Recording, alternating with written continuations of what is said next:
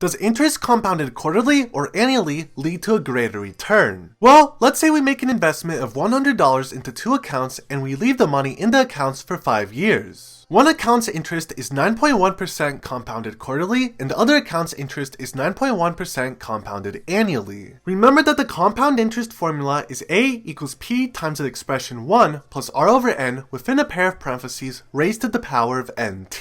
A is the final amount, P is the initial principal balance, R is the interest rate as a decimal, N is the number of times the interest is applied per time period, and T is the number of time periods elapsed. Now, let's use this formula to see how much money ends up in each account after 5 years. For the account where the 9.1% interest is compounded quarterly, P is $100, R is 0.091, N is 4, and T is 5. After substituting these values into the formula and simplifying, we see that the final amount is approximately $156.82. For the account where the 9.1% interest is compounded annually, P is $100, R is 0.091, N is 1, and T is 5. After substituting these values into the formula and simplifying, we see that the final amount is approximately $154.57. Therefore, interest compounded quarterly leads to a greater return because $156.82 is greater than $154.57.